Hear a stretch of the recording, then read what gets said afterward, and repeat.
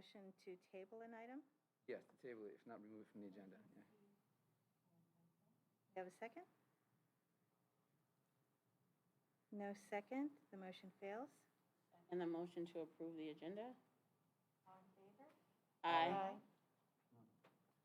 Mr. Ojapinti? No? Okay. And nothing to report out of closed session. Now for item 8A, the October 2021 Student of the Month for the Adult Transition Program. Ms. Basuino. Mr. Bashirs, you're on, sir. It is.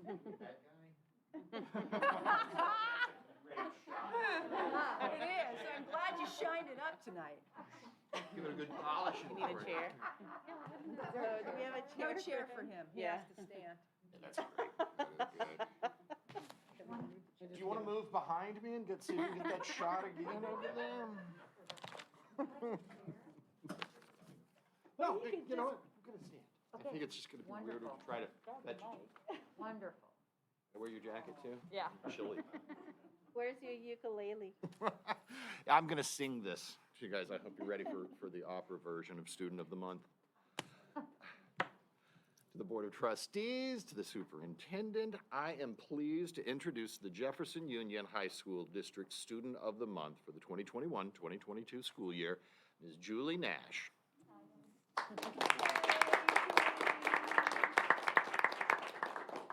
Julie is a student in the district's adult transition program, and she graduates this spring. Julie was part of the Oceana High School class of 2019. Her favorite subject in school? Art. During her school day with ATP, she loves helping with her teacher and other students in the program.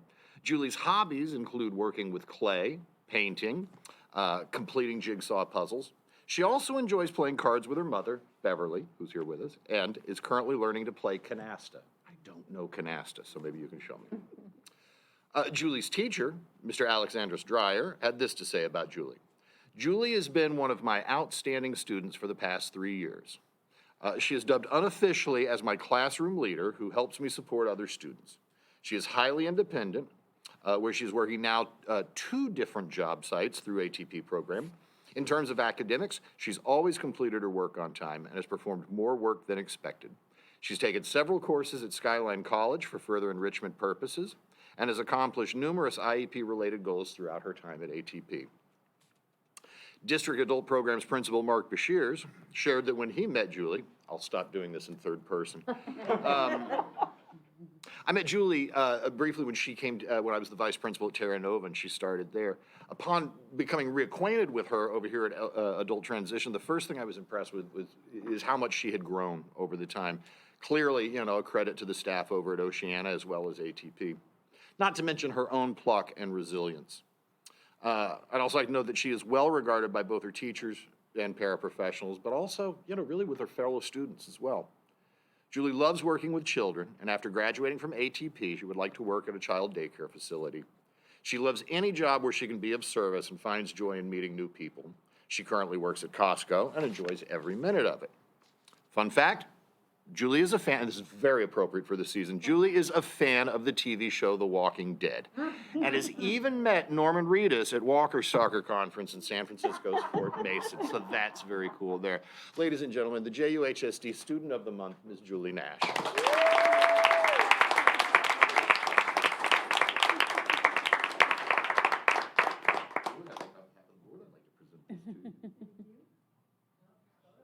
Go look at the. Are you taking pictures, Mr. Warden? I'm gonna follow them out as well. No, but we usually take a picture with the board. Take a picture with the board. Yeah. Okay. Yeah. Yeah, Okay. they all get behind her. You're gonna do it this way? Okay. One more. We're gonna do some. And Yeah. Okay.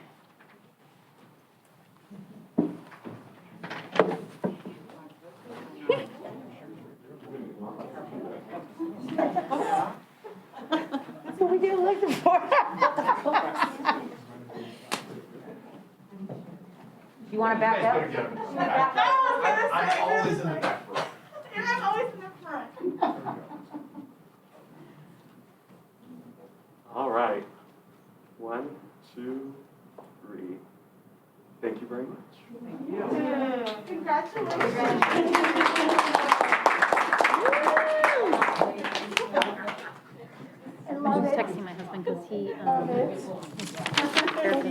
Congratulations.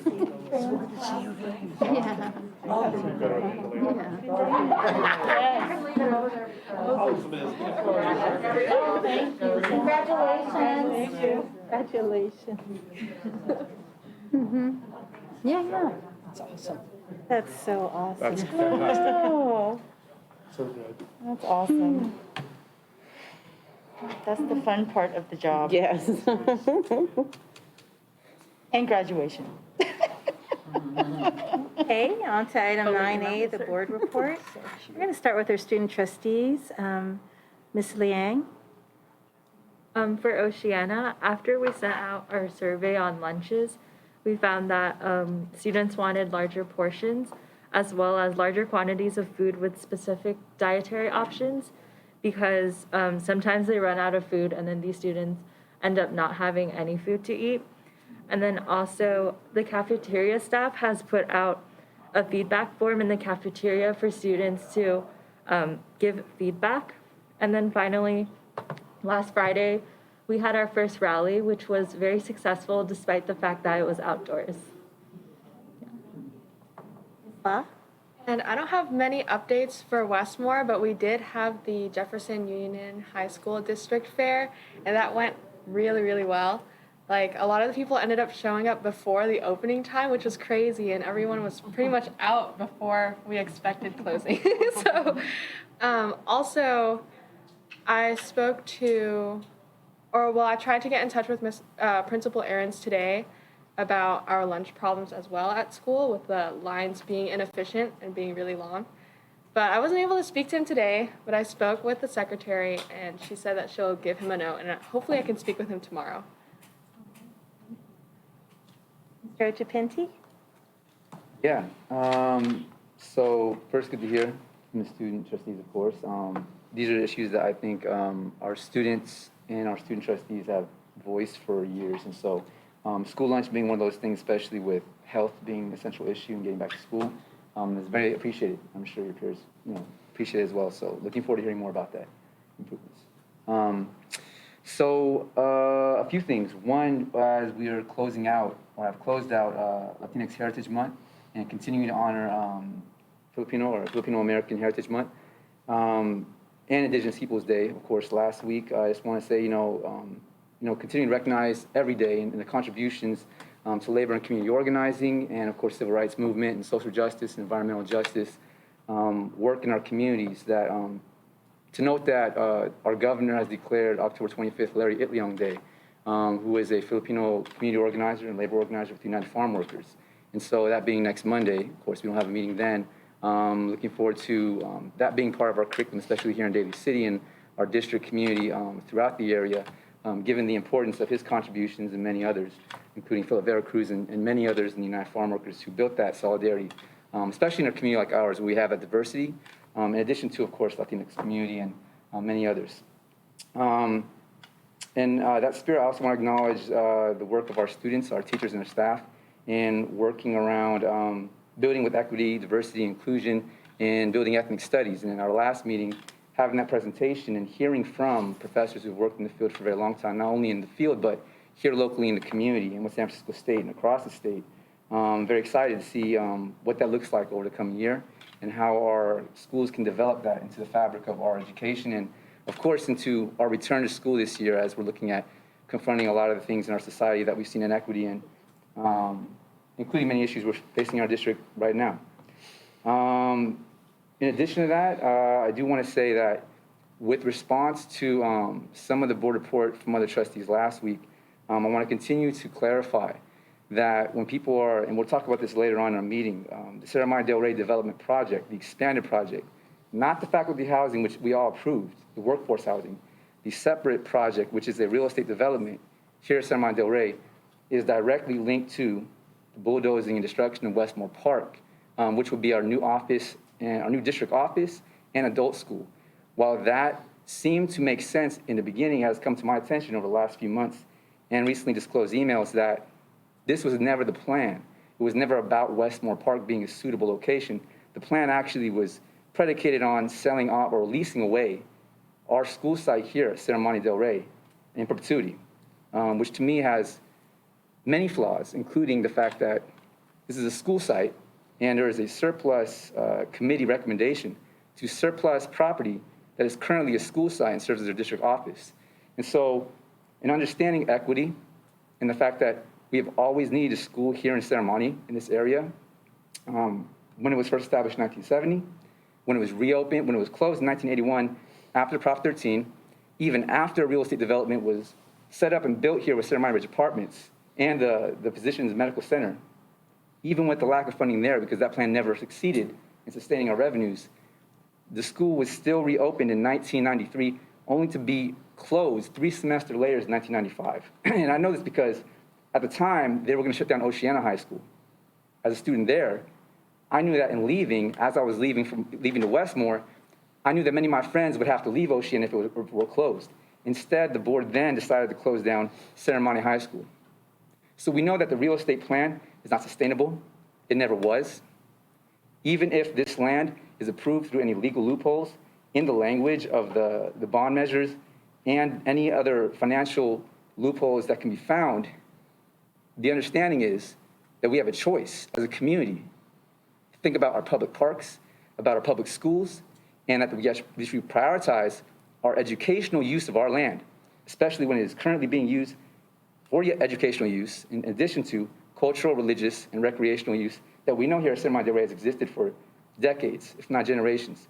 And so, in thinking about that, I would like to offer this to the community to understand that developing a new district office should go back to the original plan here at Serramonte Del Rey, which was the original plan. This is our district office. It is our home for many educational operations in our district, and it is highly suited for that, especially here in the Serramonte area, which is central to Pacifica, Daly City, of course, Brisbane, Broadmoor, and Como. So when we think about Westmore Park, I will encourage people to think about this.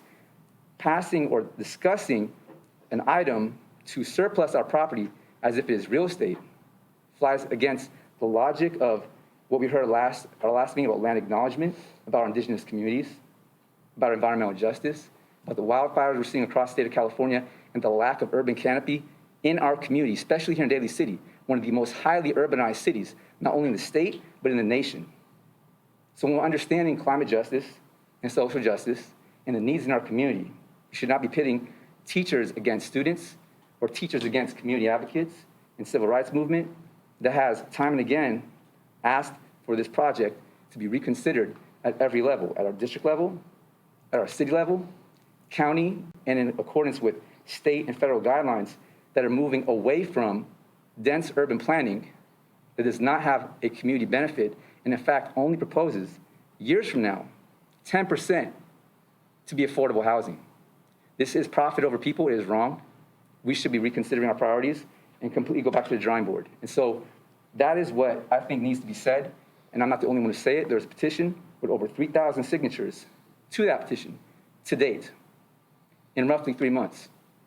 That speaks volumes. And the community has been intimidated to not speak up at these meetings or in their workplace. I want to say again to our teachers, to our students, to our entire community that it is not too late to think about this in a way that actually builds our community and moves away from a very corporate-driven and real estate lobby-driven project. We will discuss this later, so I'll conclude my comments there. I do want to emphasize that your voices in our community, all of you, especially here in Daly City, who are closest to these projects, matter. Westmore Park is still one of our parks. It is a public park. It has always been that. And regardless of what property it belongs to in terms of jurisdiction, it is our responsibility to maintain that for future generations. Thank you, and I'll use the rest of my time. Salawudeen? Thank you. So I went to, also was at the College and Career Fair, which again was very heavily. High school fair. Sorry. It felt like High school college. fair. It felt like did feel college like a and career fair. didn't You it? know what? It was a career fair because we're getting them ready for those careers. That's so, right. But I went to the high school fair and it was extremely well attended. And I was worried because, you know, with COVID and there's still those concerns. But as she said, there was a line out of the door before it started. So we're very well attended. Everyone was really excited. I had tons of great conversations and it was just an awesome night. And I also went to the Bayshore Block Party and had a lot of great conversations about our school district with parents, and received a lot of very excited elementary school parents that are excited to come here. Really happy about the decision that we made at our last board meeting to open up all of our schools and make they have first choice. So they were really excited about that, and really talked about the rebuilding of that bridge. You know, that previous, you know, history, things happened in the past, that we're here to do what we can, and regardless of what happened in the past, see how we can connect in the future. And so I'm really happy that the Bayshore community in particular feels like they're being heard and that they're part of the school district. So it was nice. Andy and I had great conversations. And lastly, I just wanted to talk about, I received an email from a parent, and it was to compliment Daniel Messer and Emily Hansen and the work that they had done with their student. Their student is also in the adult transition program, and really, it's, as a parent of a adult with special education, that had special needs and went through the special education program, it's really scary when they become an adult, and you think, you know, you think more about your own mortality, and you're not going to be around forever, and will they be okay, and will they have the support and services that they need? And she just really talked about how amazing they were in helping their student get a job, and the pride of seeing their child get up in the morning and go out and go to work, and how that was facilitated with so many different outside organizations to help do that. And I knew exactly what she was talking about, because the same exact thing happened for my son, that before he graduated from high school, the adult transition team pulled in the Department of Rehabilitatory Services and pulled in his person from Golden Gate Regional Center and pulled in his therapist. Even his therapist from Kaiser was allowed to come in before he graduated and start having those conversations about how do we continue to support him as an adult. And that's what she was going through right now. And we are the only school district that does that. No other school district in San Mateo County does that. And I know that we have struggled, and we have talked, you know, of keeping all of these different services in the school district. So when we talk about equity and true equity, we really need to talk about what our community is able to do for themselves. I know even with the salary that I make, it was a struggle to try to bring all those people together myself. So I can't imagine what it's like for a parent who is working and making minimum wage, or doesn't speak English and trying to do all these things for themselves.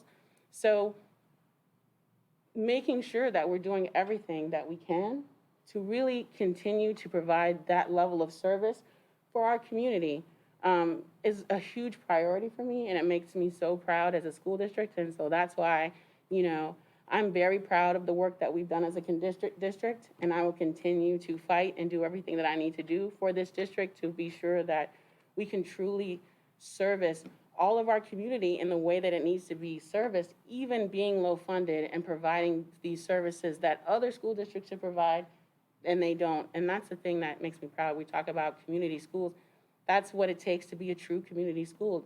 A huge part of that community is being able to provide the teachers and staff and services so that we can truly service all of our students. So I was really happy to receive that email. I just wanted to share that. Thank you. Ms. St. Garrett? Thank you for those encouragements. They're very meaningful, and it's just really nice to hear that we are really making a difference in the district. And, you know, I always say many, many times that I personally have my family has benefited from our school district as well, and will continue to benefit, you know, when my children goes to high school here. So I just want to do a couple of acknowledgements today.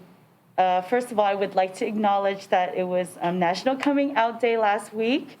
You know, and thanks to Mr. Warden over there, it was really nice to see all those posts about the events that Jefferson High School did to acknowledge that day. And I feel it's really important that, you know, we embraced everyone. I just lost my post, but I had a friend who posted something last week, and I thought when I read it, it was just so meaningful, and I just really did want to share what he wrote, my friend Eric. So I just want to read it really quick. He just says, Happy National Coming Out Day 2021.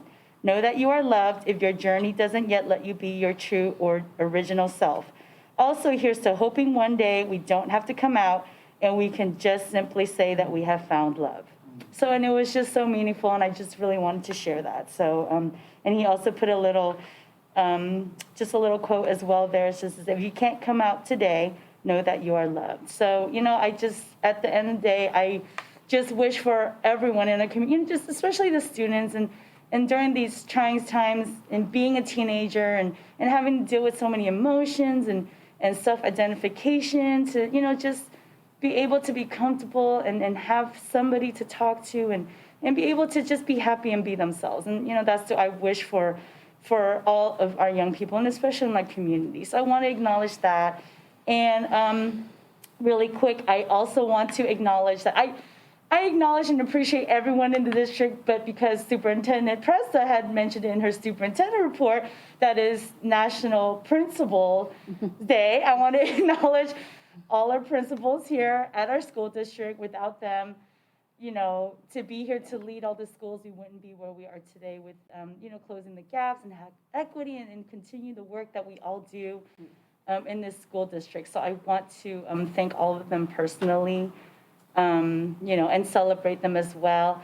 And also, it's just really nice to come here every 2 weeks or whenever I pass by, you know, our school district, that the faculty housing continue to build and grow and be more beautiful every time I come here. So thank you to everyone who has had a hand in that, to build that housing so that all our teachers and staff are able to eventually live there and be able to stay and serve our students. So I feel that's really important. So thank you. And that's all I have today. You stole that last one from me. Sorry. No, it is fun. Breath of Absolutely things, a lot of fun yes. to see the progress on that construction out there. I mean, we have a lot of construction that goes on at all of our campuses, but there's nothing quite like having a dream as a board to do this, and to have ground up construction that was just an idea 6 years ago, and to see it come to reality, and to see now that the scaffolding's starting to come down and you can see the color scheme and the exterior of the building, for us to have other school board member colleagues reach out to us asking about the project, and people wanting to come tour and see it, and it's pretty exciting because this dream really is a reality, and it just shows that we as a district, when we have something we want to do, when we dream something we want to do, we can make it happen. Just like with, as Mr. Archipinti talked about ethnic studies earlier, same thing. And we had that presentation a couple of weeks ago. I mean, it's something we've been talking about. We're dreaming for it, and it's happening.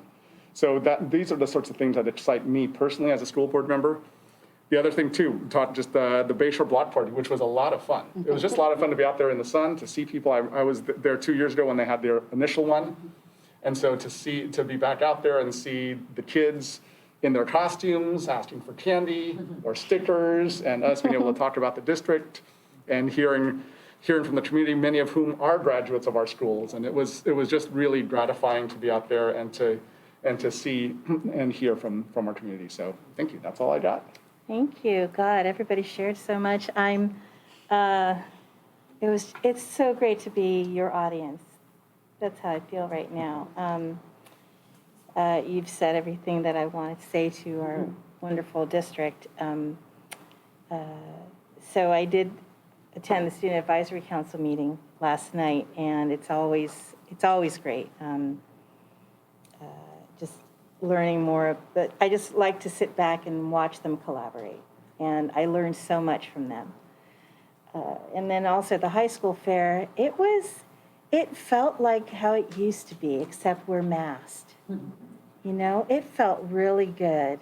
And it's even with the mask on, I was like approaching people, and I would go up to a parent and I'd say, hi, and can I help you with anything? And they'll go, I know you used to be the PTA president at Tobias. And I go, yeah, that's right. I mean, it's been a long time. And there was also Carly's kindergarten teacher was there, which I could not believe. I said, you have a a teenager now, because I remember when he was this little. But it just makes me feel, I realize I really am connected to this community. I grew up here in more ways than one. I didn't just grow up in the district. I grew up in the district through adulthood and raising my children here and being involved. So that said, I believe in us. I believe in us. We are the little district that can. We have proven people wrong before.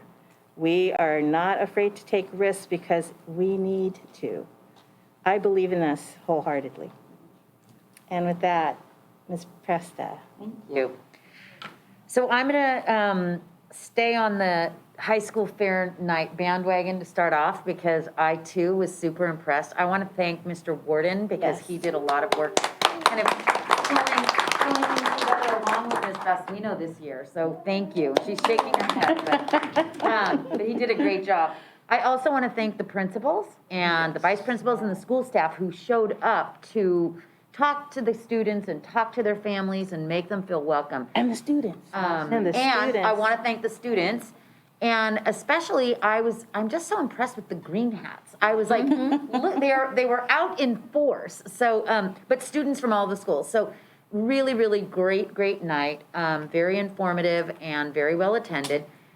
And similarly to what you were just saying, President Tejada, you know, when I came to work in the school district, there were lots of familiar faces because I had been superintendent in one of our feeder districts in Brisbane. Actually, two of them, Brisbane and Bayshore, I was superintendent. And one of the awesome things that I now get to do is to walk into classrooms and have students, you know, say, Miss Presta, that I knew when they were literally babies, you know, and now they're juniors in high school. And so last week at the high school fair, there were lots of my former students that were there greeting me. And so that's just really a lovely connection that I get to feel. I'm looking forward to open houses. So tomorrow night is Terra Nova. Next week is Jefferson and Westmore. I'm not sure when Oceana's is, but I don't think it's next week. So looking forward to attending those open houses. I want to make a note that I want to have everybody direct your eyes to the wall. And I want to thank Graham Cruikshank from Oceana came and hung the art from his students on our walls for us to enjoy. They're beautiful, and it certainly makes this room a lot nicer to sit in. So thank you to Mr. Cruikshank, and thank you to the students. And then finally, I just want to mention that tomorrow, thank you. And we get to, nicely done, I like it. Give it up for PCT. I know, I like it, thank you. Save PCT. And then finally, I'm really excited that tomorrow we start our work with the DELT, the District Executive Equity Leadership Team. It's going to be our first day of professional learning, really focused on deepening our understanding of race and equity so that we can lead this transformation in our district. So I'm personally super excited that we are beginning this work in a really deep way, working with Courageous Conversations. So Ms. Baca and I met with our, trainer, leader, I'm not sure what to call her, but she seems really awesome, and I'm excited for the work to start tomorrow. And that's it for me. Thank you. Now on to our AFT Local 1481 report. Ms. Casey. Hello. I knew I was going to be sitting here, so that's why I was like, let's just leave that there. I don't know who else is going to come over here, but it's nice to have a chair. I'm going to mention a few things. I send out an email. It's kind of funny. I send out an email to the members through their personal email. And then I know that during the work day, many of us don't check our emails, our home emails. We check our work emails constantly. So I also send it, most of it, not always all of it.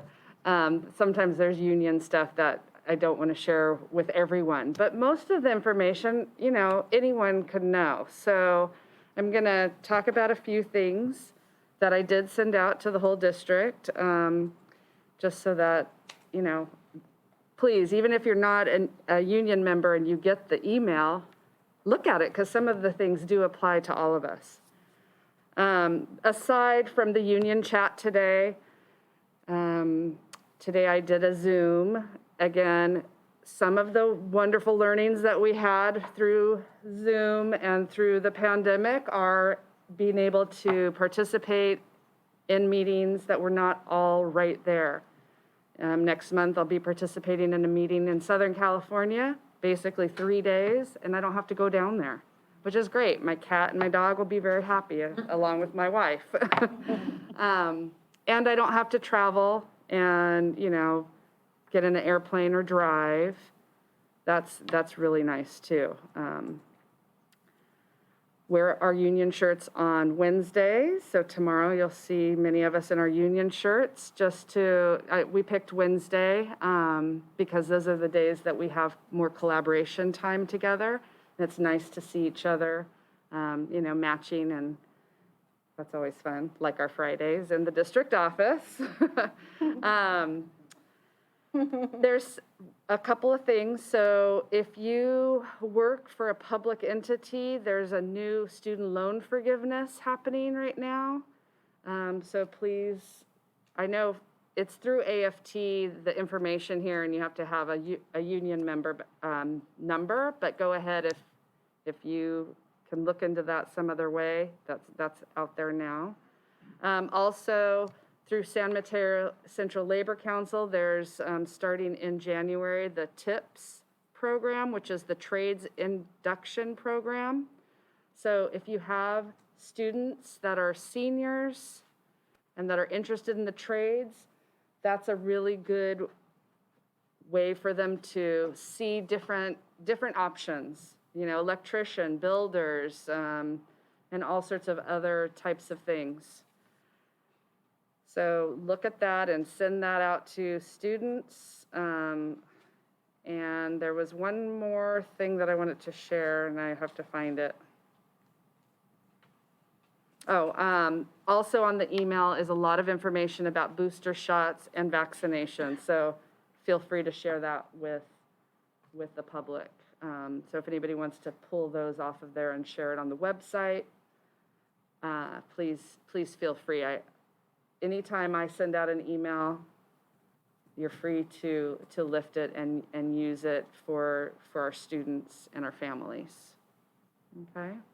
So that's all I wanted to mention. And again, we're going into negotiations soon, so that should be very fun to spend a lot of time with some wonderful people. Thank you. Now for our COVID-19 response update, Ms. Jones.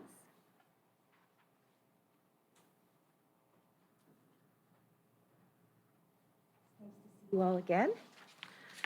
So for an update, individual PCR testing for staff has now happened at all school sites. And reminders are being sent the day before testing, and I'm doing that for the first 3 weeks of testing. And then they're going to be sent monthly or as number of staff testing declines. So testing's happening weekly on the same day of the week at each site from approximately 8 a.m. to 4 p.m. The sites are testing as follows. Monday morning is Thornton District Office, and Adult School is Monday afternoon. Tuesday is Jefferson, Wednesday is Westmore, Thursday is Terra Nova, and Friday is Oceana. We are working with site principals on implementation of student testing. Once we work out the logistics, we'll be reaching out to the families regarding our testing registration for them. The number of positive COVID-19 cases is trending downward for the school year. September had a total of 16 cases, and so far for October, we've had 1. I'm very excited about that. I've audited the district dashboard and made some adjustments to the COVID case count as needed, so it is up to date and it is accurate. Tracking has started for all staff who are required to test due to either being unvaccinated, having not provided proof of vaccination, or having chosen not to disclose their vaccination status. Mandatory testing is required, started last Friday the 15th. And there are currently 97 people in the district who meet this criteria. That's it.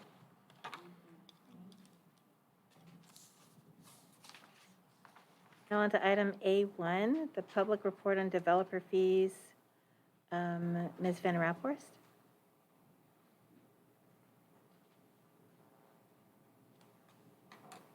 Item 10A1, okay. Thank you. Good evening, President Tejada and trustees.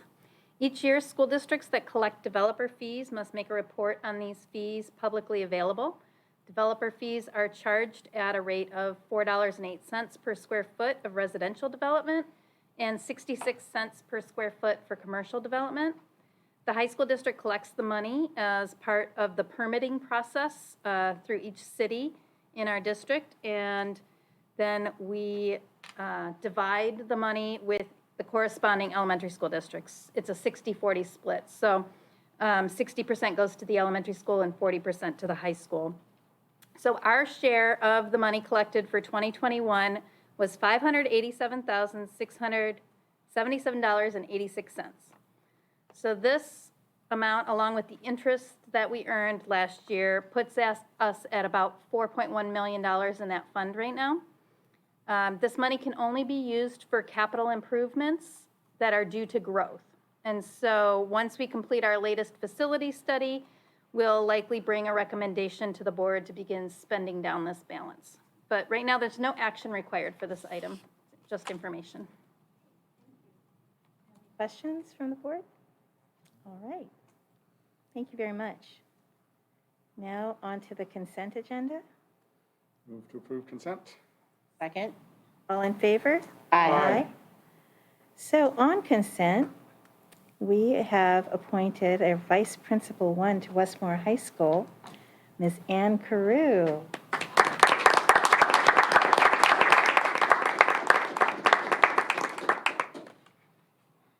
Carew, would you like to say a few words? Hi, thank you all for allowing me this opportunity. I am so thrilled, so excited. As I said to you earlier, my kids grew up in this district. I feel like I've grown up in this district.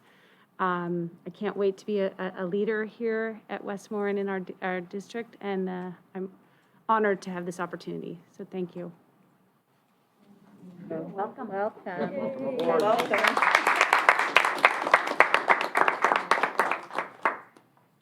Do we have any public comment? We do have one public comment tonight. Okay. And it is from, It's not on, it's a non-agenda. I'm sorry, yes, it is on non-agenda, sorry, Mark. Okay. Is she on, Jake? Yes, Nora Lynn, she's the president. I see her on the spreadsheet.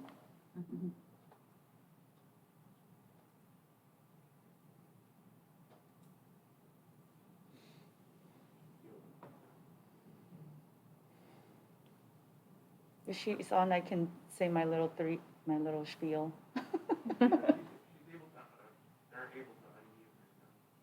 Oh, they are. Nora Lynn? Hi. Can you hear me okay? I'm fine, thank you. Thank you for this opportunity to speak.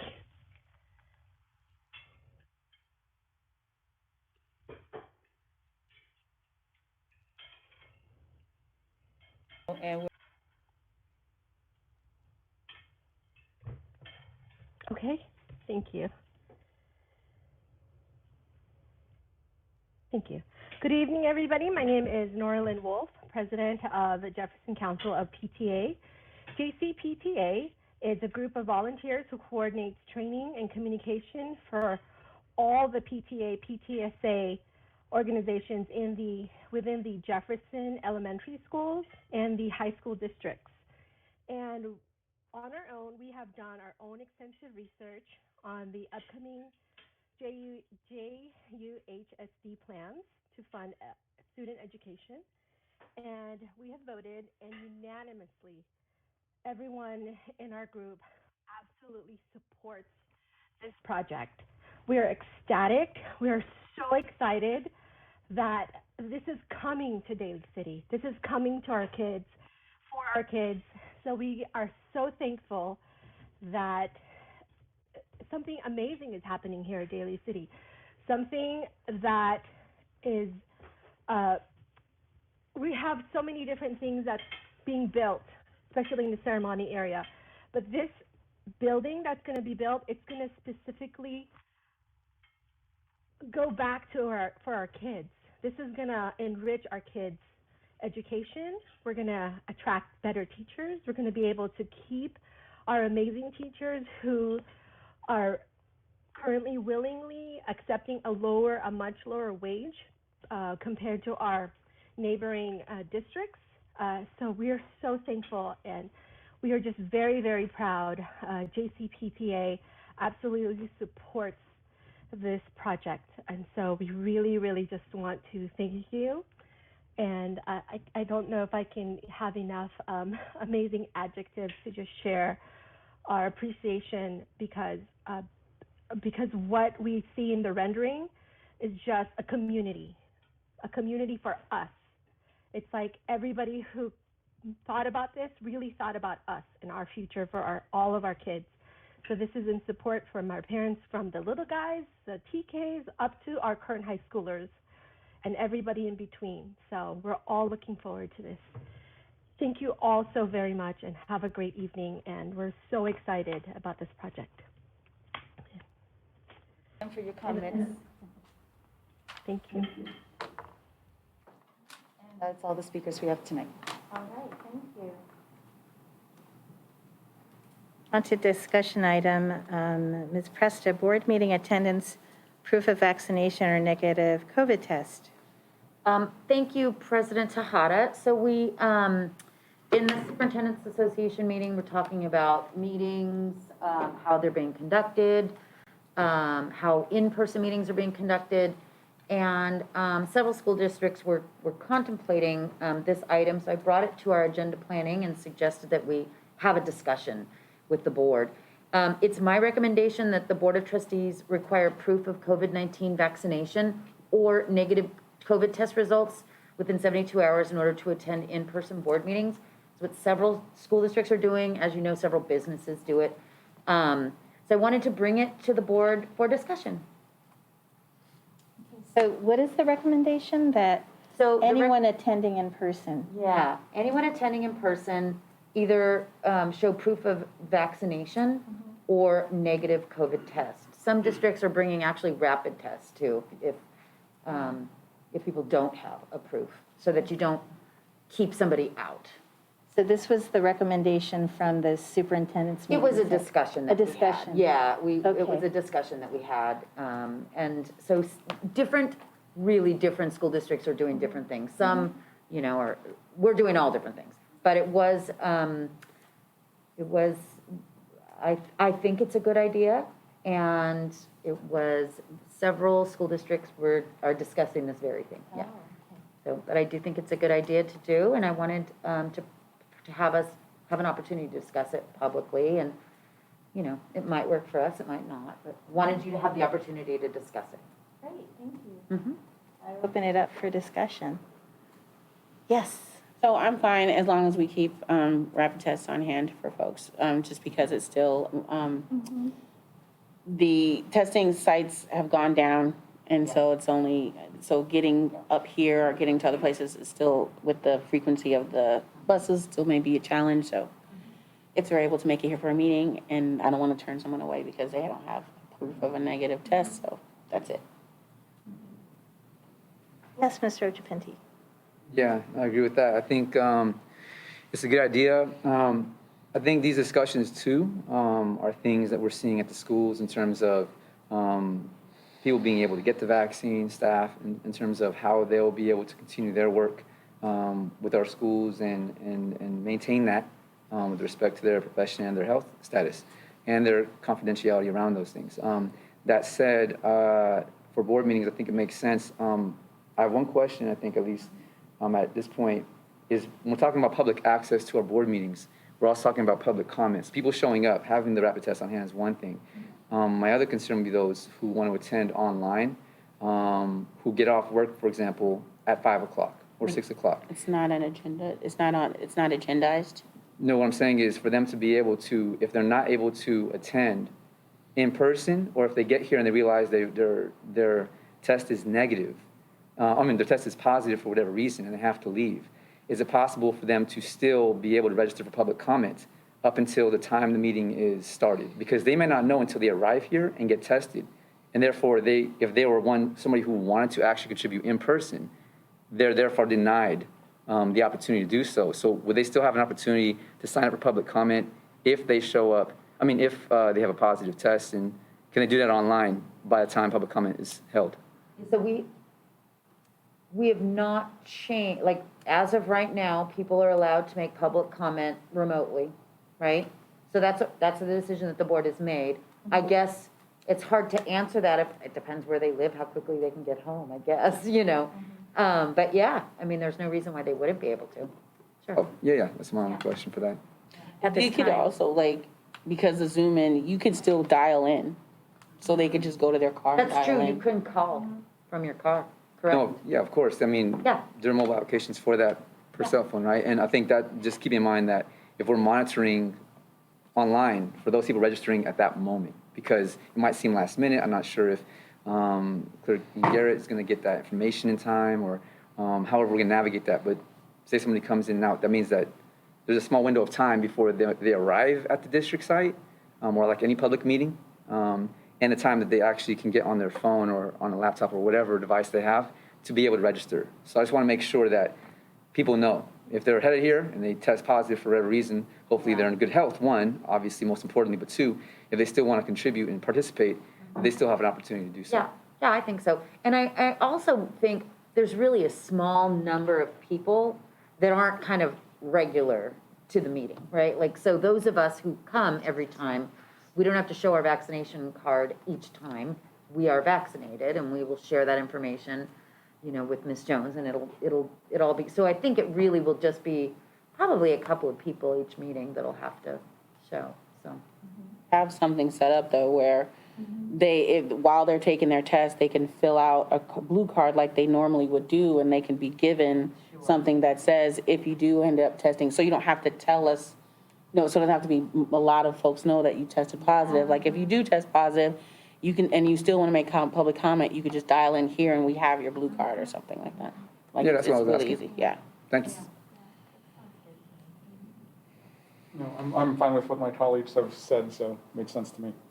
Okay, cool. Okay, All right. good on that. Thank you. Now for our action items. First is 14A1, the variable term waiver for Corazon Gadbanton. Ms. Lujan? Do we want to just take them all, just do them all at once? Yeah, yeah. Sorry, let me get to the right thing. Sorry, my apologies. Okay, so our first item this evening from Human Resources is a variable term waiver for Corazon Gabton. She is currently a teacher. She has met the English learner authorization requirement, but we're requesting a variable term waiver to waive the basic skills requirement, the CBEST, or undergraduate course studies. The district has last year provided support for teachers who needed to pass the CBEST, and it was very successful, so we are hopeful that we can continue that this year.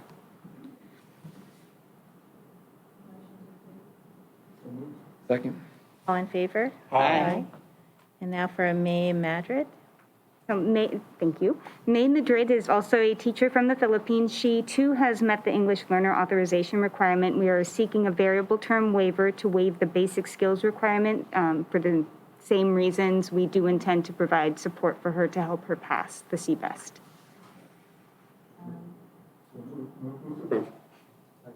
All in favor? Aye. And finally, Our next variable term waiver is for Marissa Fua, who is another teacher from the Philippines. In this case, we are asking for a waiver for the basic skills requirement and English learner authorization. Marissa has passed 2 of the CTEL courses, and she needs to pass 1 more to earn her English learner authorization. We imagine she'll be successful, and we will provide support for the basic skills requirement as well. all in favor? Aye.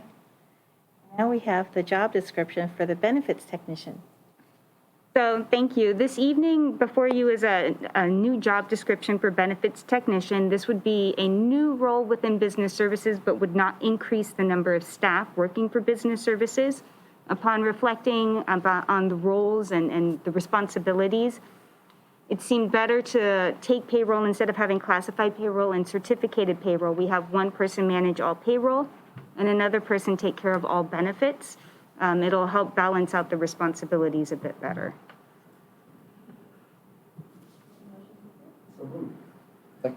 All in favor? Aye. Yeah, thank you for that. It makes so much sense, having worked in the business field. It makes so much more sense. And now for the health insurance MOU.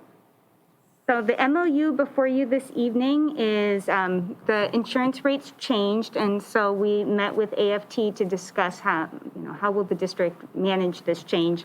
And what we've come to agree to is that the district will continue to provide 100% of the Kaiser increase and a portion of the increase to the other health plans because some of them increase at a greater percentage. Tina is very thoughtful and did set aside funds projecting this increase, so this would, there are funds to cover the cost of the increase. Well, so first, I just want to say that in Facebook memories, a meeting came up when this happened the first time I was on the school board, and we were in public comment for 4.5 hours. So I'm so glad that we have been in a position now that we can cover these costs, especially the Kaiser, which I know a good majority of our employees are on. Because, and also just to say, healthcare should be a right. It should be just a public right. We should not, a huge portion of education funds are towards something that in most civilized countries, the government picks up for them. So just want to put that out there. That's it. Thank you. Motion to approve? Move to approve the health insurance MOU. Have a Second. All in favor? Aye. And now for the application for variable term waiver for Ann Carew. Thank you. Our last human resources item this evening is an application for a variable term waiver for Ann Carew. At this time, she does not hold an administrative services credential. She is enrolling in a program with the San Mateo County Office of Education, so we anticipate her earning a credential successfully. So in the meantime, we want to make sure that she is covered, and that's what the application is for. Second. All in favor? Aye. Thank you all. Thank you very much.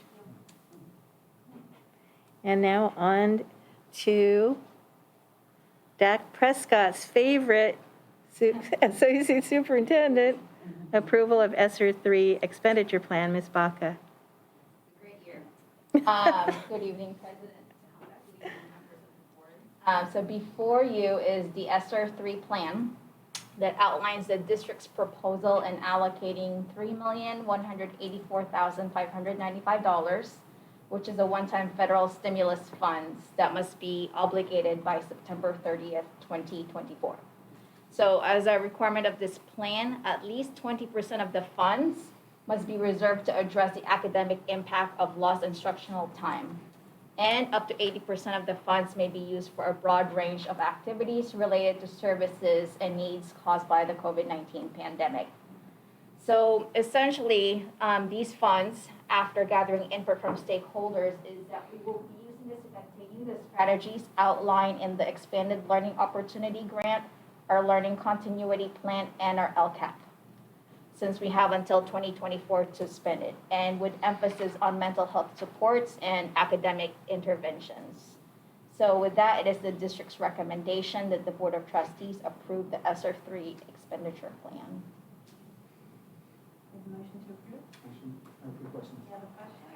Yeah. First of all, as always, thank you for your work on this, and of course, everyone in the district who's put work into, I think, just putting these funds to use. We talk about, federal funding from the White House for COVID relief and how that affects schools. This is it, right? This is our roughly $3 million, right? There are a few things in there, I think, aligning with our LCAP kind of says it all because our LCAP is our local plan, so aligning it reassures me that I think things are taken care of. There are a few things in there, I think, and just reading it, just for clarification, maybe to provide where the stakeholder input would be. I know on page 2, it noted that in the last sentence of the second to last paragraph, in terms of stakeholder input, that tribes, civil rights organizations, and advocates are necessarily consulted in this. Obviously, we do have input in the community who do care and who are involved in these services, including our staff all around and our students. I understand later on too on page 5, the quarterly ongoing, basically the reporting is end of year. So I'm wondering, like you mentioned, in terms of getting stakeholder input ongoing, how would we be making sure that we're consulting our local Native Indigenous community, civil rights, and other advocates in the community who want input on this moving forward, especially addressing racial inequities and of course during COVID and those impacts to our community, including of course our Latinx community and our BLPOC community, who actually endure a lot of the adversity of COVID. So thank you for that question. Right now, I am not aware of any civil rights groups or tribes or advocates that we have been reaching out to for the LCAP. But it is something that we can look into. It is the recommendation, of the county office that we do include and say, something like this, but it has not been, come up yet. But we will look into it. Of course, yeah, and I realize it's a formality of the legal language and part of the federal language, just making sure that we are inclusive of that and maybe expanding what we're doing to do more outreach. And I know San Mateo County does not have as many nonprofits or necessarily as active civil rights organizations, but we do have those, right? The ACLU is here, many organizations, right, including local community-based organizations and youth organizers, and a Native community, of course. I guess my next question would be, how could we see more ongoing data? Certainly there's data being collected. Our COVID-19 director is working on that and is presenting some of that tonight. What kind of data could we see more often or just reported more often other than just end of the year surveys? Given that there are certainly students who are providing their input regularly at meetings and certainly on site. A lot of these will be anecdotal data based on the meetings and conversations we have with our teachers and our principals. And so we can provide that report to you during our weekly recap. Got it. Okay, I would ask to maybe, as a suggestion, superintendent, maybe to bring some of that data. I'm sure that our COVID-19 director is, ongoing reporting that to collaborate with our student trustees or student advisory committee at the district level, and maybe any input from the students you could bring back to the district and the board, and that way we'd have that component outside of the weekly recap, which is not a non-public internal memo, but that the public can have an idea of where we're adapting to changing circumstances in our communities. I think Tony's superintendent report has a lot of that information in it. She has a weekly report that goes out and it reports a lot of the significant stuff that's in our weekly recap. So I do think it goes out. Oh, I'm sure it does. I'm saying in terms of stakeholder input, our students and site staff may, in terms of having an outlet for that and knowing where they can report that, I would look forward to seeing that ongoing input, because I think some of the most valuable input is how are things going on campus, of course, what's our positivity rate, but ongoing in terms of more than just the end of the year. Because I know that it's kind of just a benchmark measure, an annual report, but maybe like at least a quarterly report, and then maybe whatever ongoing updates, just given how circumstances are with COVID and everything changing so fast. Thank you. We have a motion to approve? Move to approve. Second. All in favor? Aye. Let's see, so item 14C1, Resolution 2021-22/7, intention to declare the Ceremony del Rey school site as surplus property and exempt surplus property. Ms. Van Raphorst?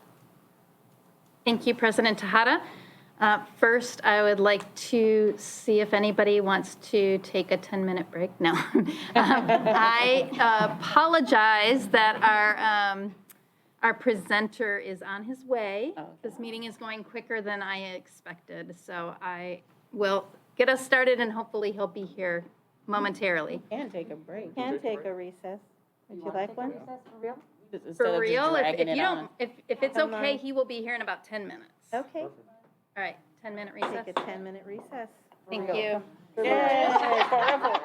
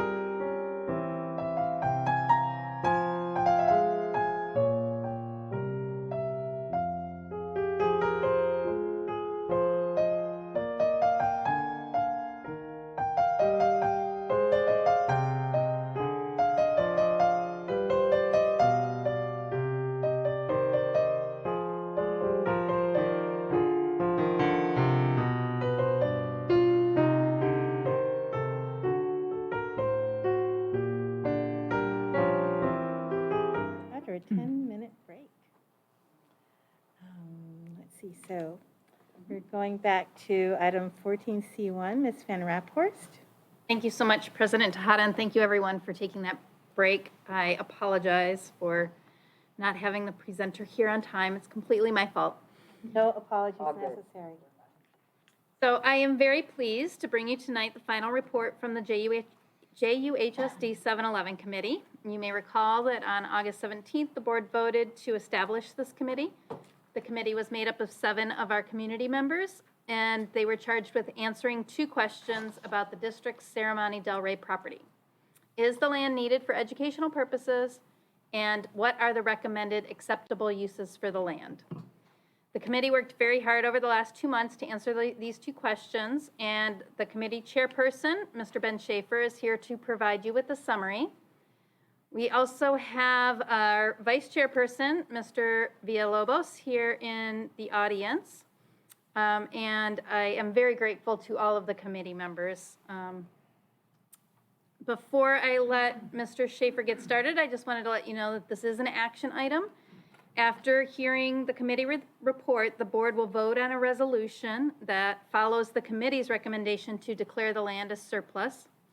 And any minute now, Ms. Gina Beltramo, our county counsel, should be arriving in case there are any legal or procedural questions.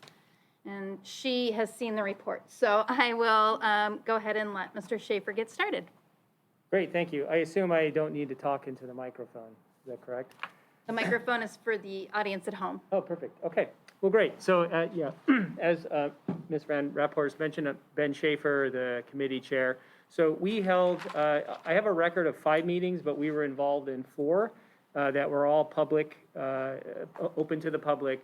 Most of them were, obviously due to COVID, were digital, but we had 1 in person.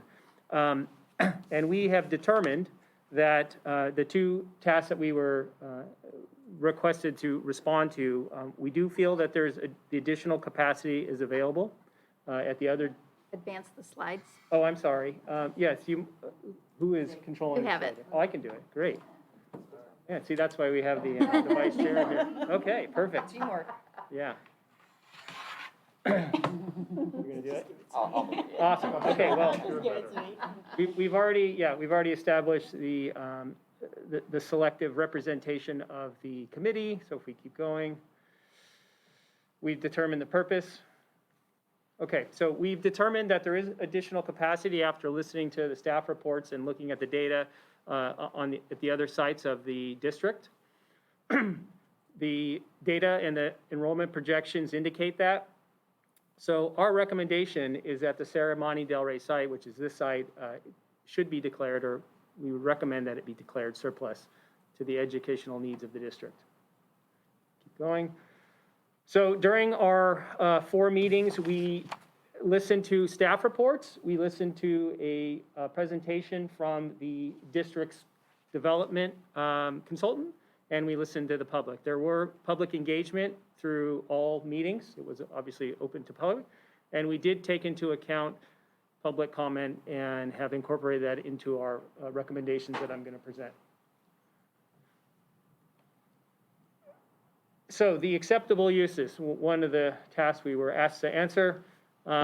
We believe that they're compatible with what has been being planned, and that is housing, open public space, some type of community garden that would continue, community engagement, the ability for the community to come into the site so that there's public access, retail, educational opportunities that are not related to the district, so potential reuse of example would be the preschool that was here or is here. Opportunities to recognize the diversity in the community. We know that the district is a very diverse district, and so we would recommend that any use of the district land continue the opportunity for diversity. And then reinvesting in community. So if there is opportunity for jobs for residents or partnering or allowing organizations that would partner with the community, a community that would be here, established here, and then at large. Unacceptable uses. Okay. Any use that would cause pollution or harm the environment. Organizations that are contrary to the values of the school district. Any use that would hinder common modes of transport, so we're aware that this site is challenging kind of to get to, and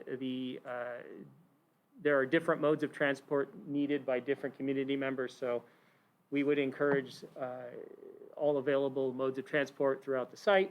And then non-integrated parking, basically not having parking that is disengaged with some type of building type, so that's just a sea of parking lots. So in summary, we concluded that the enrollment data and the future projections support our recommendation to declare the site surplus. If we were to prioritize our recommendations for the use, they would be kind of 1 through 5, housing, including affordable units, public open space, semi-private open space for new residents, neighborhood serving retail, community space, again, open space or enclosed space for the community to interact with the site, and then educational opportunities. And in general, again, encouraging the continuation of educational opportunities on the land that are maybe above and beyond what the district needs. And I'll conclude there for questions. Questions? Yes, Mr. Ojapinti? Yeah, several. Thank you for the presentation. I will begin by saying I still believe this is a preliminary and very premature evaluation of our district needs. Given the community input, there is a petition online and I see the garden was mentioned in the considerations. I appreciate that. I do know that there's a discussion held in those meetings. These meetings were held, 5 meetings over the course of roughly 8 weeks or less is a very rushed timeline. August 17th was literally the beginning of our school year, getting back to school in a not post-COVID time, but in a return to campus where we're looking at vaccinations and so many other things on our table. It's hard to believe that public input was able to be accumulated even for this committee, even with the time you dedicated to this committee, which is appreciated, and certainly by a majority vote this board, not mine, but other board members. This committee moving forward, I would hesitate to consider it with the gravity it deserves because the community hasn't been here and present to be able to be a part of that process. With respect to the members of the community who are part of our committee and who are from here and have more of invested in long-term interest, I think, in our community and building, some of the first things that I think about are who is pushing this project, who is pushing a project that pushes a committee to be formed, which you have joined, and who are the people that are informing and influencing those decisions. And so, in looking at the priorities of the project, I have several questions, but my first would be this is about surplusing land, public land, just unceded indigenous native land here in our community. And with the priorities of our nation and our country and certainly our world looking at the environment in a different light, if we're talking about surplus and we're saying this is land is extra, in a school district where the only 2 sources of public land are municipalities, really, city, county, state, and federal, and then you have school districts. School districts actually have the most public officials. We are the largest group of public officials as a group in any state, in any part of the country, right?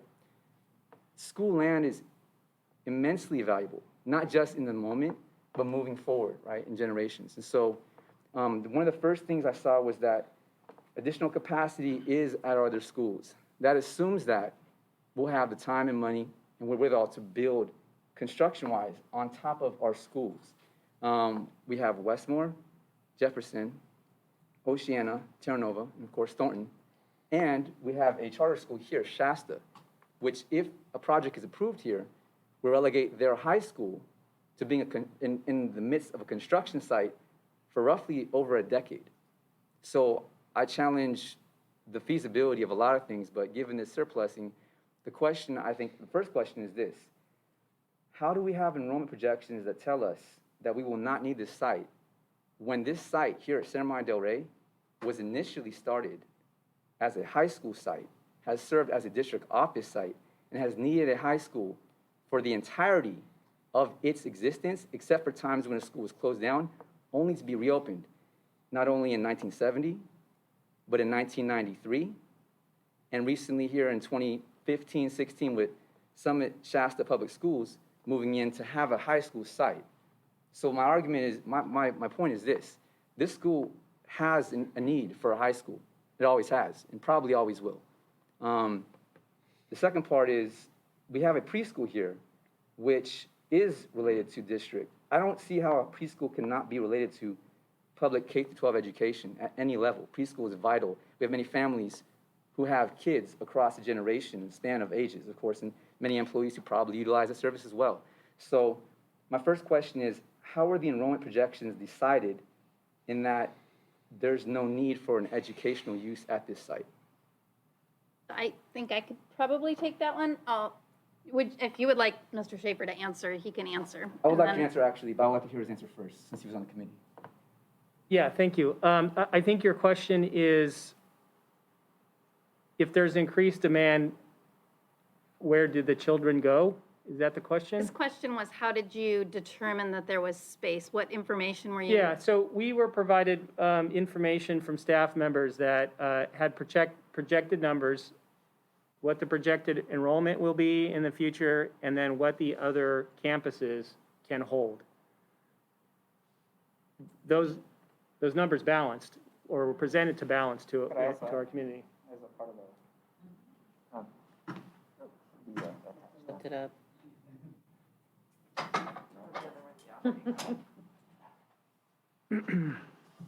we were provided information in terms of the, right now, the K through 8 districts as well, in terms of the numbers. What we were given information was that even if it's kind of steady as to like what our projections are currently, but even if we were to have an increase, we were told that schools such as Oceana and Terranova also have capacity, which we could also have students attend those schools as well. So, And just to clarify, the board was also given this information. We had a study done, and we had the person come twice to talk to us about the capacity of our schools. And the reason why it was done twice is we did it once for our own information, and then we did it again in discussion about additional schooling and the possibility for need for school in the Brisbane Baylands area. So we did a study, and then another independent study was done by the city of Brisbane, and both of them had the same conclusion, that we are under-enrolled, and we have, so they told Brisbane that they didn't need a high school in their area, because even with the addition of the housing in the Cow Palace and the creation of Baylands, we still would have more than enough capacity to handle any additional students in our schools. So that was told to us 2 times. So to follow up on that, because I want to make sure that I respond to that first. That study was publicly available. It does not mean that every member of this board agrees with that full study, or that's predicating the decision on that. Other board members may already have their opinions and their mind made up. Personally, as a teacher and somebody who's worked in this district, as you have as well, and many people in our district have, know that our Pacifica schools are under-enrolled. You could say that actually Oceana's enrollment has increased. They're actually pushing a higher capacity than they used to. Terranova's, however, has dropped. Due to other reasons as well, in terms of transportation, we know that Sam Trans is looking at reevaluating its bus routes, which I will encourage the community to get involved in, obviously, because if you don't have a bus running to a high school in your district, of course it's going to impact enrollment, especially with a low-income community like ours. So that's a primary consideration of mine, especially low-income people of color who live in our community, who can't afford, or their parents can't find a way to get them to school in the morning if they live in that area. So I do understand the need in Pacifica. However, this is a Daly City site, the central Daly City, and the Daly City schools we have, Westmore and Jefferson, are at a higher enrollment capacity. Westmore is under-enrolled. Westmore has a significant number of students, over 1,000 But it's students. under-enrolled. That said, as a student who actually went to Westmore, Kalima, I would say this, is that what we're talking about here is something that impacts our community moving forward. This site has always had a high school. Right. And every 20 years, we're reopening a I know, high but school. I'm just answering the question you were asking about enrollment in Daly City high schools, and I'm just saying factually, Westmore is under-enrolled. So that you're talking about capacity and space. We have space at Westmore. That's all I'm saying. I hear you. What I'm saying is moving forward and moving in the future. For example, if a housing, which we know, if a housing complex is being approved here, over 1,000 units, that's incredibly dense. Flies against all logic in terms of current urban use planning projections, especially in in the sixth most densely populated city in our state Mr. and our Ochocinco, nation. do you have a question for them about the report? What I'm saying is I'm responding to Trustee Saludine's comment that we are under-enrolled, because moving forward in the future, my question stands originally is, how was the enrollment projection decided? And if it's based off of prior data, that data has not been confirmed by every board member, it hasn't even been spoken on publicly to this extent, in terms of surplusing the land. This is the first conversation we're having about that. So that's my question. I want Tina to speak. I'm going to let please. Ms. Van Raphorst answer that. So there was a demographic study conducted in 2019 that was presented to the board at that time. And that also is listed in the committee report with a hot link to that study. And that is exactly the information we used. And then I was saying that there was an additional study that was done in 2020 by the city of Brisbane, because they were saying the same thing, we want to do our own independent report. So they did an independent report, which also verified the original report. So there's been 2 reports done, and it's only to answer the question that you raised about enrollment. There's 2 reports done that say we're under-enrolled. And we have the yearly enrollment reports from Ms. Baca, and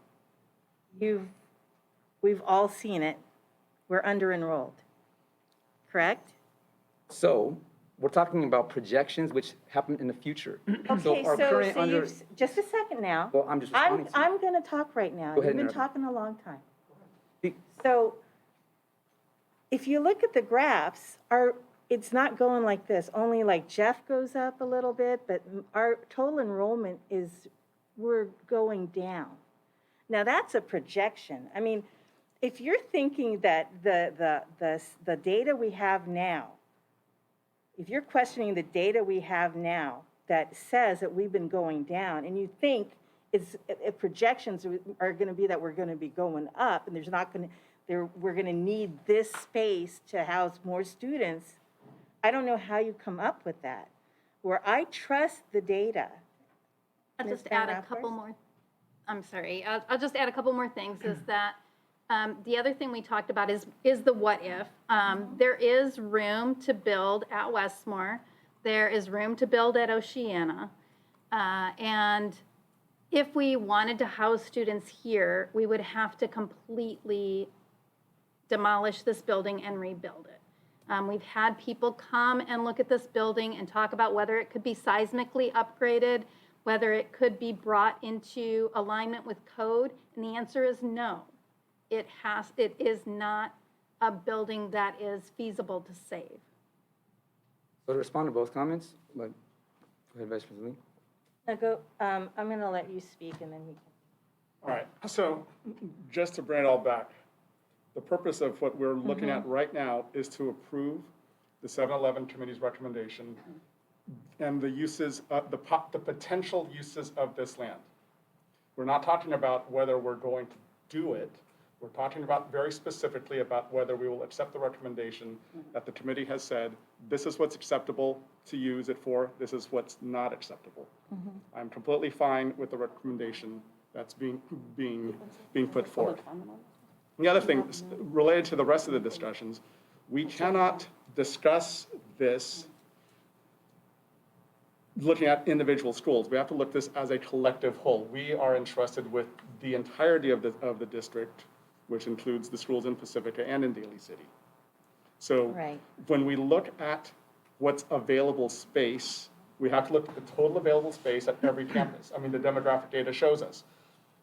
Terra Nova has a capacity of up to 2,000 students. The capacity of Westmore is nearly the same. And every single one of these schools has a gap when you look at the column on the graph on the demographic study. We saw this data a couple of years ago. It's good to see it again. We see also the birth rates, what we expect to see, from the community, as well as what I thought was very fascinating is actually the demographers looked at the proposed housing developments that are peppered across the cities that make up our district, and extrapolated data to say that this is what the potential number of new children should be in the district. And it shows clearly that over time, we're going to remain relatively flat. So it makes sense that the recommendation of this, so with that, knowing that, I am personally fine and okay with the 7-Eleven committee's recommendation based on the data that they studied. Briefly. So one, the data does not completely bear out that our district is being declining enrollment for future generations. We don't know that. Nobody has a crystal ball here.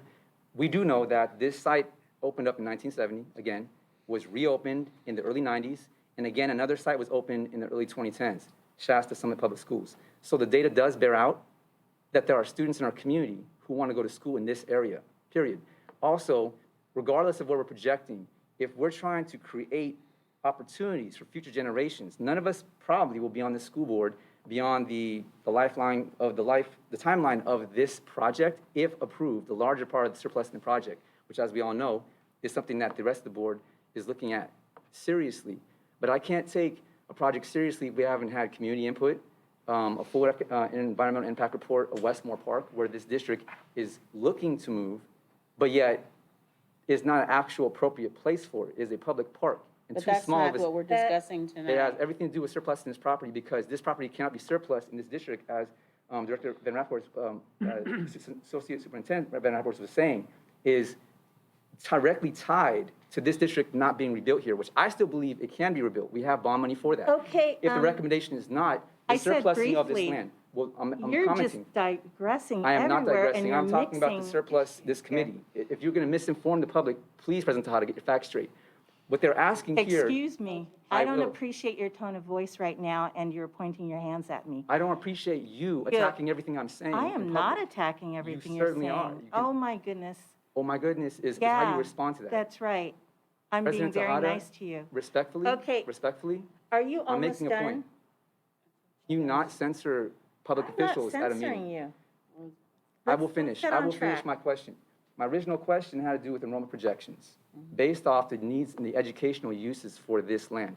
Surplusing is basically predicated on whether or not there's going to be an ongoing educational use for our land. Based off additional capacity at our schools, I understand that. However, this site has repeatedly proven time again to serve as an educational facility. I do appreciate some of the recommendations from the committee. Right. Certainly, they've incorporated some of the public input that we've had.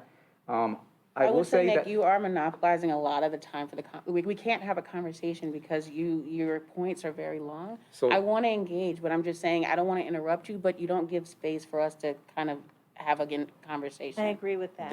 I'll say this conversation has been monopolized by the other members of this board outside of public meetings and excluding public comment. This is the Okay, first time well- I've seen anything like this. So my question is this: given the timeline that you've had, Mhm.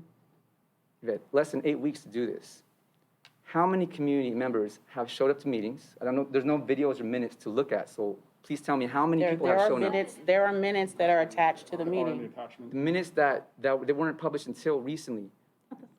that they were on the website. No, I saw the minutes, and there were no public comments in the minutes. There was no detailed comments in there. So I don't know what committee members actually said, other than the agenda itself. Minutes are not required to include detailed comments from, they just allow, all they have to do is notice that there was public comment. They don't even have to put the name. In some minutes, you can just say, there was public comment. Which is literally one sentence saying that's the minutes, which is That insufficient. that is not insufficient. I mean, I can answer to say that there were 7 community members that were present. It was open to the public, there was public engagement, and the committee did take into account those recommendations and have incorporated into our report. There you go. Thank you. 7 community members at all of the meetings combined, or at one meeting, or 2? They were regulars, they would show up to probably the same ones. Yeah. So altogether, non-duplicated, how many total people showed up to these meetings? There were 7 community members. So 7 in total, 5 meetings, we had 7 people from the community speak. That's correct. Thank you for that. I do believe that's not enough people and Okay, not so enough time. again, you're not allowing us any space to speak. I would just allow, can we have a space to speak now? Or I'm just responding to what he said. Go I ahead. know, but you've been talking for a stint. I just want to be able to talk right now. I'm being civil. Go ahead. Okay, thank you. So you continually put on, we have asked, if you want to increase public engagement and you don't agree with what we're doing, show us a way to do it better. But all you do is criticize, but you don't offer, because part of your role as a school board member is to help with community engagement. That's also part of your responsibility. So if you feel that it wasn't handled, what are you doing to help make that better? What are some suggestions that you can give on how we can increase public engagement besides just constantly attacking a body that you are a part of. I'll refute that I'm attacking anybody here, because I've been the one actually under attack most. The other 4 board members of this board, including yourself, have repeatedly opposed anything that I've had to contribute to this discussion. And so, one, I'll just say that, just for the record. Secondly, I have offered suggestions. My first was to table this item at the beginning of this meeting. But I'm as well talking as- specifically about how to, if you're saying that Yeah. we didn't, what else could they have done to get community members in here? One, a timeline. We're in the middle of a pandemic. So the work is appreciated, you meeting and taking that time, especially in the beginning of the school year. I don't think that's an ask we should have of our community members as well Right, as but our public staff. engagement has increased during the pandemic with the ease, and they said that the majority of their meetings were held via Zoom. And we have data that shows that public engagement has increased exponentially through the pandemic due to the use of Zoom and other features. It was actually harder to publicly engage before COVID.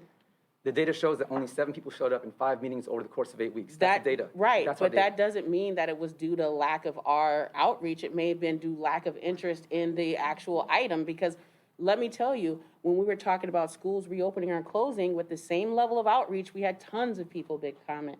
So it's not the way that it's being communicated, it's more due to the interest of what is being presented. I would disagree So with you there. If I could add something as well, we did have, I couldn't make count of it, but we did also have members that were just observing that didn't make public comment as well. So there was also I mean, this only indicates 7 people make public comment, but there were also people in attendance that didn't comment. Thank you. Thank you for that. Yes, Mr. Lee. Yeah, and just to bring it all back one more time, the reason that we're having this discussion is specifically to whether we will accept the recommendation of the 7-Eleven committee with the appropriate uses. With the discussion on appropriate uses and any plans for further work will occur at another time, likely another agenda item and another meeting. But for right now, our focus is, do we accept or do we not accept the recommendation of the 7-Eleven committee? And I have already said that I am perfectly fine with this.